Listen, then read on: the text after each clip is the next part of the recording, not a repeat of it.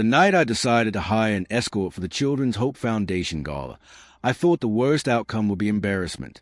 I imagined awkward smiles, whispered judgments, and a ballroom full of people subtly pointing out my solitude. Boston's winter evening felt sharper than usual, the streetlights casting a cold glow over the polished sidewalks. I adjusted my tailored suit, feeling its weight not just on my body but in my chest, a heaviness carried from loss and loneliness. My name is Thomas Whitaker, a mid-level executive at a biomedical firm, and though my work looked impressive from the outside, it left me hollow by the end of the day. 3 years had passed since Margaret, my beloved wife, passed away unexpectedly, and the world had taught me how to function but not how to feel normal at social events. Invitations now carried subtle expectations.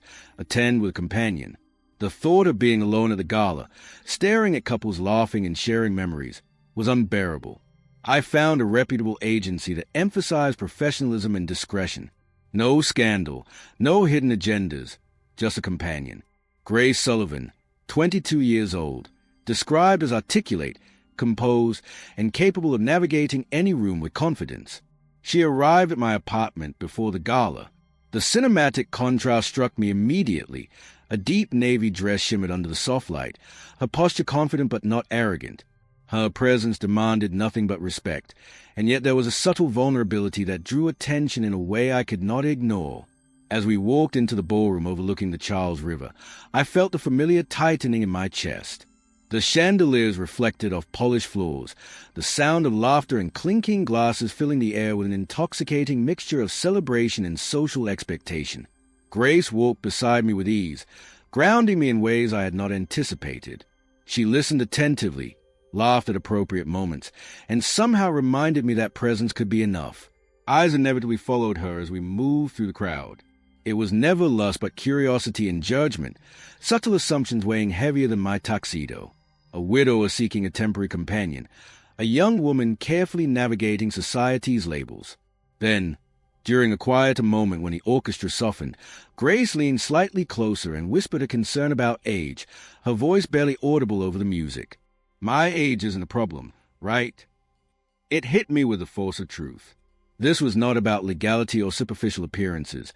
It was about worth and recognition. People like her were often reduced to numbers or labels, judged before their story could be heard. I realized that I had hired her to avoid judgment, yet here I was, facing my own.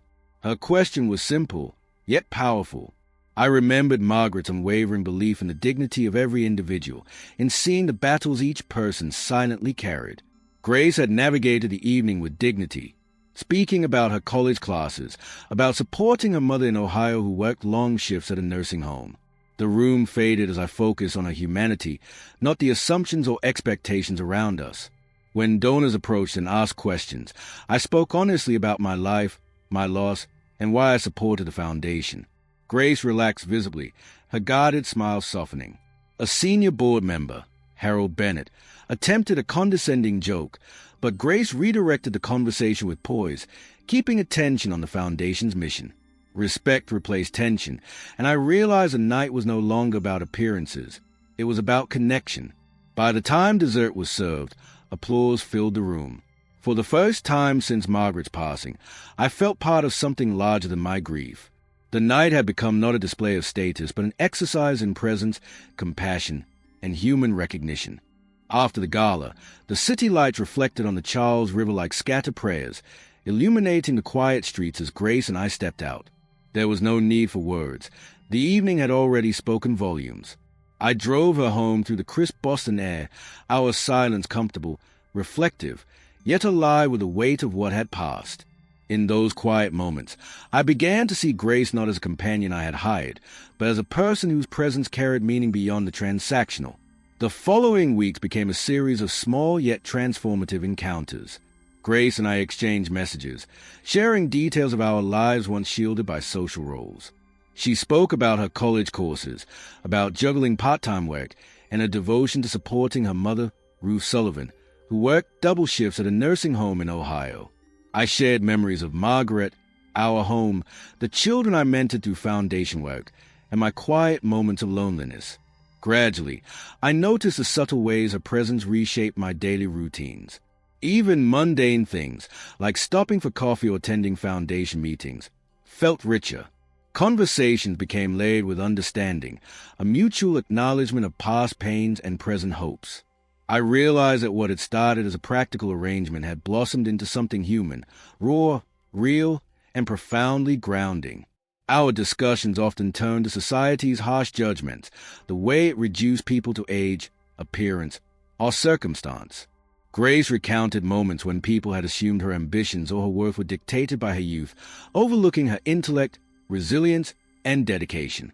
I listened, aware that my initial apprehensions had mirrored the same societal shortcuts. Through her, I confronted my biases, learning that respect and recognition are choices we make daily. One chilly evening, we met at a small cafe tucked away from Boston's bustling streets. Steam rose from our cups, mixing with the soft hum of conversation around us. Grace shared a personal story about her first encounter with professional responsibility, how she had once been underestimated in a summer internship, and had proven herself not through confrontation but through quiet diligence. I nodded, recognizing the courage required to navigate a world quick to judge. I shared my own professional struggles, the hollow victories, and the moments when grief threatened to drown me. The connection deepened not through grand gestures, but in shared vulnerability. I realized that the night of the gala had been a turning point not because of the sparkling chandeliers or applause, but because Grace had dared to ask a simple question about age and worth.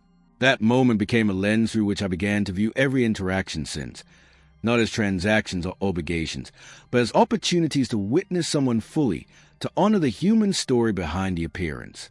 We started volunteering together at the Children's Hope Foundation. Grace's energy and commitment were infectious. I noticed how children gravitated toward her, not because of her age or appearance, but because of the warmth she radiated. It reminded me of Margaret, her quiet way of including everyone, of lifting people up without judgment. I found myself mentoring young adults aging out of foster care, sharing both my grief and my hope, learning to listen more than I spoke. Each day, I grew more aware of the subtle way compassion shapes reality. Grace became a mirror, reflecting resilience, humility, and courage. She reminded me that value is not defined by societal labels, but by the choices we make to act with kindness, even when unseen. Our friendship was a study in boundaries, mutual respect, and empathy, a reminder that human connection is not transactional, but relational. The weeks that followed were filled with quiet learning. Grace shared details of her family life, her mother's tireless work, the sacrifices made in the name of love. I, in turn, shared the story of Margaret's passing, the emptiness it left, and the slow, deliberate path toward emotional recovery. Through these conversations, I began to understand that grief and growth can coexist, that the capacity to care deeply, even after loss, is a gift, not a burden. Even simple moments, like walking through Boston Common under winter skies, became exercises in presence. Grace would comment on small details, the way the river reflected city lights, the crunch of snow underfoot, or the subtle way a child's laughter broke through the cold. Those observations grounded me, teaching me to appreciate the quiet texture of life beyond the surface of appearances. By the end of this part of our journey, the connection between Grace and me had transformed completely. What began as a practical solution to social expectations became a profound lesson in human dignity, patience, and the quiet power of noticing someone fully. Grace had asked a simple question that night at the gala. My age isn't a problem, right? And in answering her with respect and recognition, I had opened the door to empathy, connection, and the possibility of seeing people for who they truly are. The months that followed were quieter, but no less profound. Grace's presence in my life had shifted something fundamental. She was no longer just the escort I had hired for a gala. She had become a mirror reflecting courage, resilience, and the quiet power of being truly seen. Every interaction, every conversation reminded me that human dignity exists far beyond appearances or social expectations. We continued volunteering at the Children's Hope Foundation, often side by side. I watched Grace guide young adults aging out of foster care with patience and empathy. She didn't just instruct, they listened. She didn't just provide advice, they felt supported. Her actions spoke louder than words. I found myself inspired by her ability to navigate challenges gracefully, even when life had placed heavy burdens on her shoulders. One afternoon, As we walked through the quiet streets of Boston after the foundation event, she paused by a street lamp and smiled. "It's strange," she said, "how one night can change everything. How one person noticing you can make all the difference." I nodded, realizing how true that was. That gala, that simple question about age, had shifted the trajectory of both our lives. In that moment, I understood that meaningful connections often arise in unexpected ways, and they demand courage, honesty, and attention. At home, I noticed the subtle changes within myself. The emptiness left by Margaret's passing didn't vanish, but it softened. I became more patient, more attentive, not just to Grace, but to the people around me. Simple acts, like offering to drive a young volunteer home or listening without judgment to a colleague's struggle, became exercises in empathy. Grace's example reminded me that kindness is an active choice, not a passive feeling. Our conversations grew deeper and more personal. Grace spoke of her mother, Ruth, her sacrifices, and the dreams she still held. I shared stories of Margaret, the lessons she imparted, and the legacy she left in our community. In these exchanges, I realized that the human experience is interconnected. Pain, courage, love, and hope are threads that bind us all, and acknowledging someone else's story is a way of honoring our own. The city itself seemed transformed as well. Walking along the Charles River, past the familiar landmarks of Boston, I noticed details I had overlooked for years. The way sunlight caught the rooftops, the laughter of children echoing across parks, the quiet resilience of strangers navigating their own challenges. Grace had taught me to see, not just look, to witness, not just observe. Her presence reminded me that life's beauty often resides in the unnoticed moments, the small gestures, the human connection beneath the surface. As the year progressed, I also reflected on the gala night more deeply. It wasn't the chandeliers or the applause that mattered. It was Grace's courage in speaking her truth, in asking a question that could have been dismissed, that had created a ripple effect of awareness and compassion. She had reminded me that every encounter carries potential to change a life, often quietly, without spectacle. I began mentoring more consistently at the foundation, sharing both my successes and failures. I spoke openly about loss, loneliness, and the courage required to reach out for help. I noticed that my word had an impact. Young adults who had experienced neglect or hardship found reassurance in my honesty. Grace's influence lingered here too. She taught me that authenticity and empathy are contagious. The weeks culminated in a small celebration of the foundation, honoring volunteers and supporters. Grace was there, radiant in her calm confidence, not as a guest of honor, but as someone whose actions had quietly shaped the lives of others. I watched her interact with the attendees, the shy, the hesitant, the overlooked, and realized she carried a gift few recognized. Her presence had created a ripple, starting from a simple night at a gala and spreading to lives you may never even fully know. Through this journey, I learned that true transformation doesn't arrive with grand gestures or dramatic announcements. It emerges in moments of quiet courage, in the decisions to act with integrity and compassion when easier options beckon. Grace's question about her age wasn't just a concern. It was a mirror reflecting society's tendencies to reduce people to categories. In responding with respect, empathy, and recognition, I had opened a space for growth, understanding, and connection. Now, months later, I walk through Boston with a renewed sense of purpose.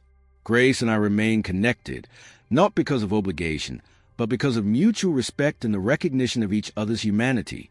I volunteer, mentor, and live with a quiet awareness that every encounter matters. The world hasn't changed, but I have, and I owe much of that transformation to someone who reminded me that dignity, empathy, and kindness are the truest measures of worth. In the end, the night of the gala was never about appearances or judgment. It was about recognition, understanding, and human connection. Grace asked a simple question, and I chose to answer with openness. That choice rippled through time, shaping both our lives, teaching us that sometimes the smallest gestures can yield the greatest transformations. And as I reflect on that night now, I see clearly that life is less about avoiding discomfort and more about embracing the opportunity to see and honor the humanity in others. That realization, quiet yet profound, has changed everything.